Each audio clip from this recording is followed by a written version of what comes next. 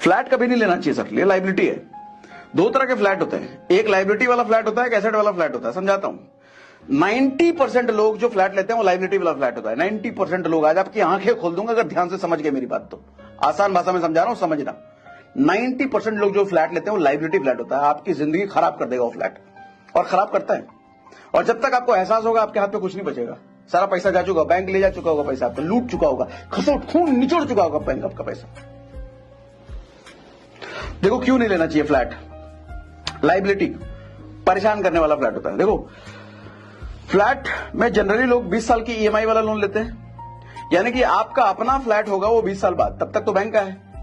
जब तक वो फ्लैट आपका होगा उसकी कंस्ट्रक्शन क्वालिटी पुरानी हो चुकी होगी, उसका डिजाइन पुराना हो चुका होगा, यानी कि 20 साल बाद अगर आप उस फ्लैट को बेचने जाओ सर बिकेगा नहीं। क्यों? आज के टाइम में दिल्ली एनसीआर के पास एक एरिया है इंदिरापुरम। इंदिरापुरम में सर 20 साल पुराने फ्लैट्स हैं, जाकर के देखोगे ना वहां रहने का मन नहीं करेगा। क्यों? बिल्डिंग जर्जर हो चुकी है एक तो वो, प्लस हॉल का डिजाइन ऐसा है, रूम का डिजाइन अलग है, बैल्कनी का डिजाइन ऐसा है, पसंद ही नहीं आएगा। और आज के टाइम पे जो फ्लैट्स बन रहे हैं वो पसंद आएगा आपको। इसका मतलब जो आज के टाइम पे जो फ्लैट्स बन रहे हैं जिस डिजाइन के, सर 20 साल बाद क्या वही डिजाइन चलेगा? नहीं। अच्छा, आप तोड़वा भी नहीं सकते उसको, परमिशन नहीं है। ऊपर वाला गली आएगा, नीचे वाला गली आएगा, ये क्या हल्ला करोगे, कुछ कर नहीं सकता, वैसे ही रखना पड़ेगा। प्लस फ्लैट्स की डिमांड कभी कम नहीं होगी, फ्लैट्स की सप्लाई हमेशा ज्यादा रहेगी लोगों की नीड से, हमेशा। और जिस चीज की सप्लाई हमेशा ज्यादा रहेगी सर उसकी सिर्फ वैल्यू नहीं होती। सर जमीन लिमिटेड है, बिल्डिंगें लिमिटेड नहीं है। सर आज के छोटे शहरों में भी बिल्डिंगें बननी शुरू हो गई हैं। लोग खरीदने वाले हमेशा ही कम रहेंगे, फ्लैट्स ज्यादा बनते रहेंगे, बिल्डर बनाता रहेगा। तो इसलिए आपको बेचने में ना हमेशा दिक्कत आएगी। फ्लैट अगर आप अपने फ्लैट को 10 साल 12 साल बाद बेचने जाओ, हमेशा दिक्कत आएगी, नहीं बेच पाओगे सर, क्या पता लॉस में बेचना पड़े।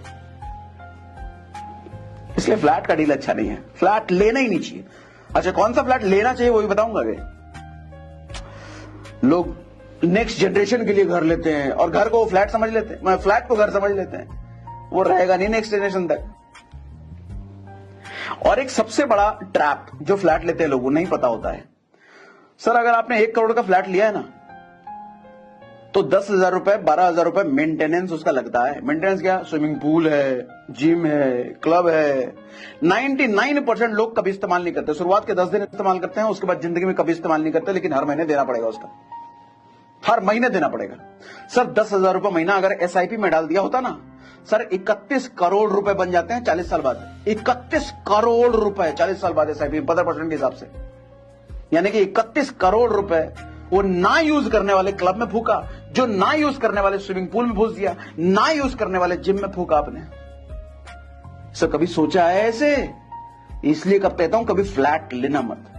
अच्छा अब सुनो, कौन सा फ्लैट लेना चाहिए, ध्यान से सुनो, ये भी बताता हूं कौन सा फ्लैट लेना चाहिए, ये बताता हूं। सर फ्लैट वही लेना चाहिए जो आपको सालाना कम से कम 5% कमा के दे।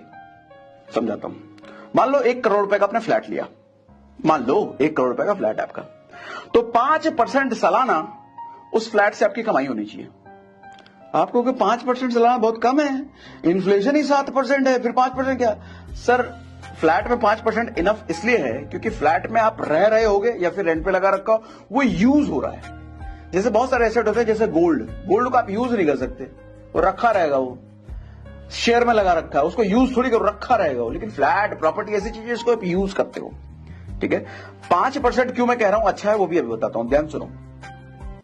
सर 1 करोड़ के फ्लैट पे 5% का मतलब हुआ 5 लाख रुपए सालाना आपको वहां से इंटरेस्ट आना चाहिए, मतलब कमाई आनी चाहिए।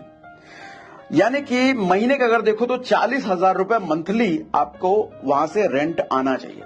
1 करोड़ के फ्लैट का अगर 40,000 रुपए मंथली रेंट आ रहा है, यानी कि वो अच्छी डील है, अच्छा फ्लैट है, अच्छी इन्वेस्टमेंट, ऐसा लेना चाहिए। 20 साल में आपकी प्रॉपर्टी हो जाएगी बिल्कुल फ्री। 40,000 रुपए महीना अगर रेंट आ रहा है तो 20 साल में आपका आपने जितना दिया है उतना आपको मिल गया रेंट से। 20 साल बाद फिर प्रॉफिट ही प्रॉफिट है। अब उस 40,000 रुपए रेंट वाले प्रॉपर्टी में आप खुद भी अगर रहते हो, कहीं और रहोगे तो आपको 40,000 रुपए पे करने की अगर हैसियत है, पे करना चाहते हो, उससे अच्छा अपने फ्लैट में रहते हो तो 40,000 की बचत है ना। तो बात एक ही हुआ, या तो रेंट ले लो या फिर रेंट कहीं देने से बचा लो, फायदे की डील है वो। ऐसा फ्लैट लेना चाहिए, ऐसा फ्लैट एसेट है जो आपको 20 साल में फ्री कर देगा।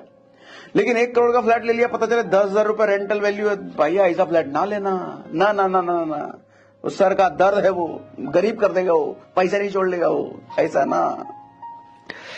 ठीक है। असली एसेट जो प्रॉपर्टी में होती है ना सर, जमीन होता है।